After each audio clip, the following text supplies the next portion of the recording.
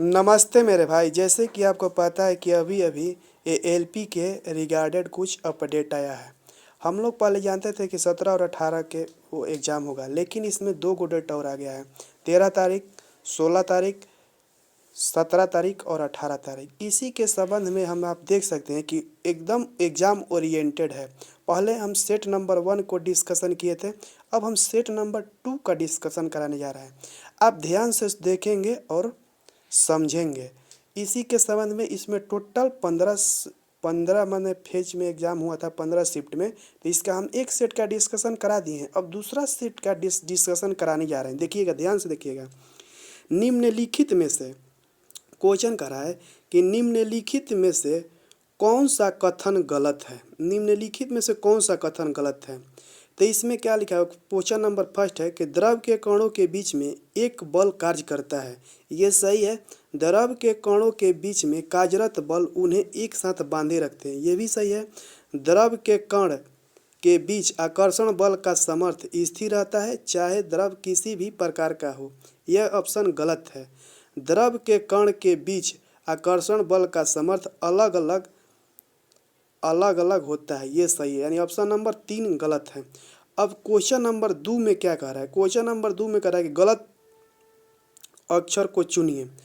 अब बोल रहा है कि छोटा मांसाहारी तृतीय पोषक में होता है, प्राथमिक उपभोक्ता दूसरे पे होता है, स्वपोषी प्राथमिक पोषण को कहते हैं, जीवाणु चौथा पोषक को कहते हैं। तो इसमें गलत ऑप्शन को चुनना है। तो इसमें जो जीवाणु है चतुर्था पोषण स्तर के, जो गलत है। अब कह रहा है कि 10 मीटर लंबे तार का प्रतिरोध आर है, तो 5 मीटर लंबे प्रतिरोध क्या होगा। तो इसमें जो होगा ऑप्शन नंबर डी होगा। चूँकि 1/r होगा तो 5 को r लिख के और उसको 1/r करने पर 0.4 ओम होगा। अब देखिए, कॉपर के विद्युत अपघटन के परिष्करण में निम्न में से किस विद्युत अपघटन का उपयोग किया जाता है। तो इसमें कॉपर सल्फेट होगा। अब देखिए, इसमें हम देख रहे हैं कि निम्नलिखित में से कौन सा विकल्प थॉमसन के परमाणु मॉडल में पाए जाने वाले अपारमाणविक कणों को दर्शाता है। तो अब इसमें ऑप्शन देखिए क्या लिखा है, केवल प्रोटॉन, केवल इलेक्ट्रॉन, इलेक्ट्रॉन और प्रोटॉन, प्रोटॉन और न्यूट्रॉन। क्वेश्चन नंबर 5 में होगा केवल इलेक्ट्रॉन। अब हम क्वेश्चन नंबर 6 बताने जा रहे हैं। क्वेश्चन नंबर 6 में क्या कह रहा है कि आमाशय भित्ति में जठर ग्रंथि निम्नलिखित में से किस स्राव नहीं करता है। तो इसमें देखिए ऑप्शन क्या दिया है, हाइड्रोक्लोरिक अम्ल, सलेस्मा, पेप्सिन और लार। इसमें बहुत आदमी हाइड्रोक्लोरिक अम्ल मार देंगे, जो गलत है। इसका ऑप्शन जो होगा, इसका ऑप्शन क्या होगा, 6 के डी होगा, लार। अब 7 नंबर के देखिए, निम्नलिखित में से क्या कह रहा है कि निम्नलिखित में से कौन सा समांगी मिश्रण का एक उदाहरण नहीं है। तो इसमें तेल और जल समांगी मिश्रण का उदाहरण नहीं है। अब क्वेश्चन नंबर इसमें निम्नलिखित में से कौन से पर्यावरण कारकों के कुछ सरीसृप लिंग निर्धारण में महत्वपूर्ण भूमिका निभाते हैं। तो क्वेश्चन नंबर 8 में तापमान।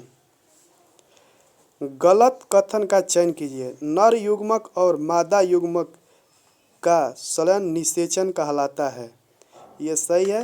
नर जनन कोशिका में परागकण द्वारा निर्मित होता है। ये भी सही है। मादा युग्मनज वर्तिका, ये वर्तिका क्या में होता है, पुष्प में होता है, न कि मादा में होता है। यही गलत है।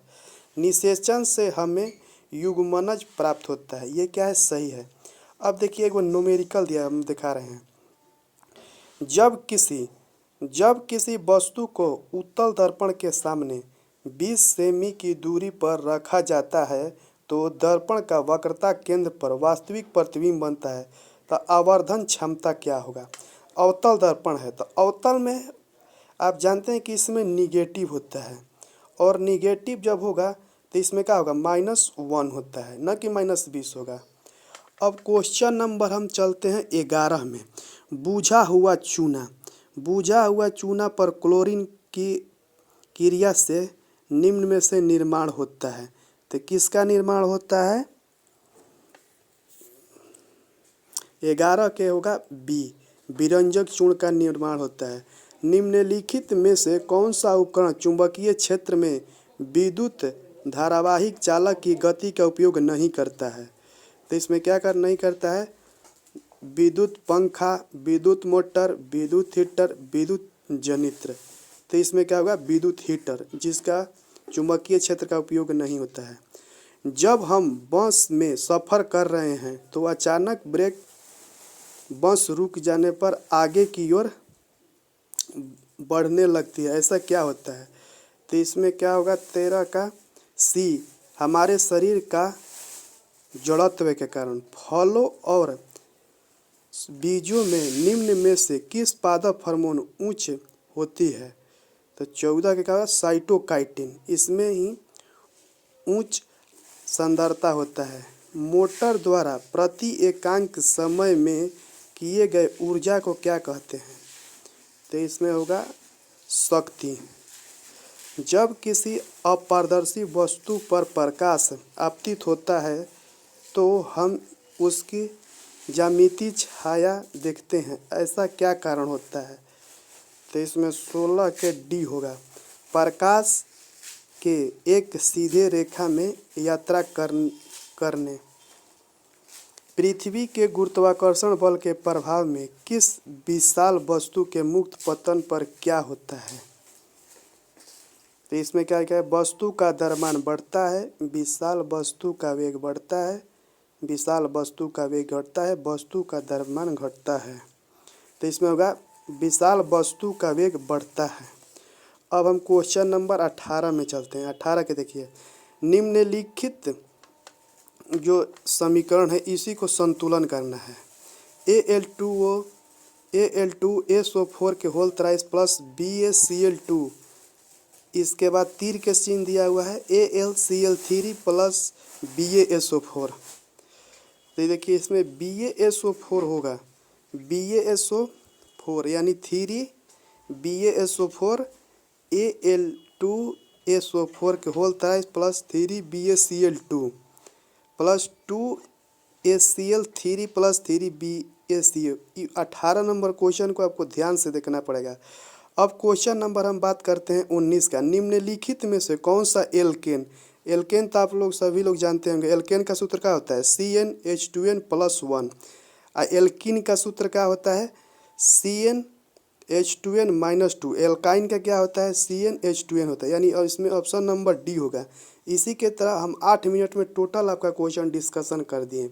आप इसी को बार बार 2 से 3 बार देखेंगे, याद हो जाएगा। आपका मन होगा तो सब्सक्राइब कीजिएगा, नहीं मन होगा तो सब्सक्राइब नहीं कीजिएगा। थैंक यू मेरे भाई।